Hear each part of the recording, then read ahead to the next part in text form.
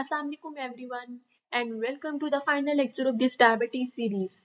In this lecture, we will discuss the prevention and management of the diabetes. So, what are the goals of the management? The primary goal of the management is to maintain the blood glucose levels within the normal range. Effective management helps prevent complication and improves the overall quality of the life. Lifestyle modification.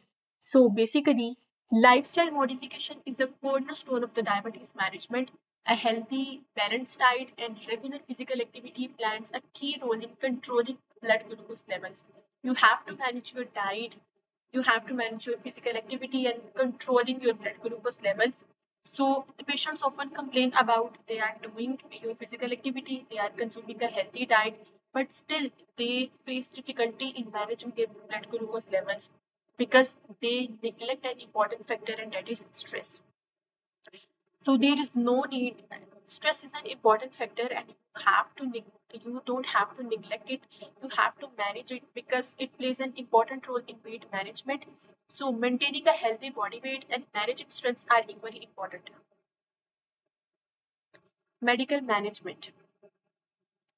When lifestyle changes are not sufficient, so you have to move towards the oral anti-diabetic medications or insulin therapy. Medical treatment is required when lifestyle changes are not sufficient.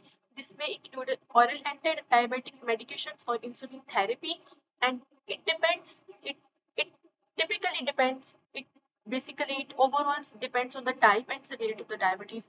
Either you are suffering from the type 1 diabetes, type 2 or gestational diabetes, and what is the severity of the diabetes. And treatment plans should always be individualized according to the patient needs and requirements. Monitoring and follow-up. Regular monitoring of the blood glucose levels is essential for effective diabetes management.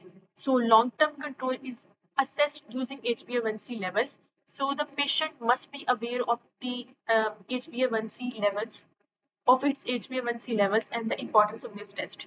So routine follow-ups helps in timely adjustment of treatment. The final message. I will conclude this lecture by saying that diabetes is a manageable disease and this can be managed by multidisciplinary actions. You have to manage your diet, you have to doing your physical activity, and you have to monitor your blood glucose levels on the daily basis. Awareness and adherence to management plans can help individuals to live a healthy and productive life.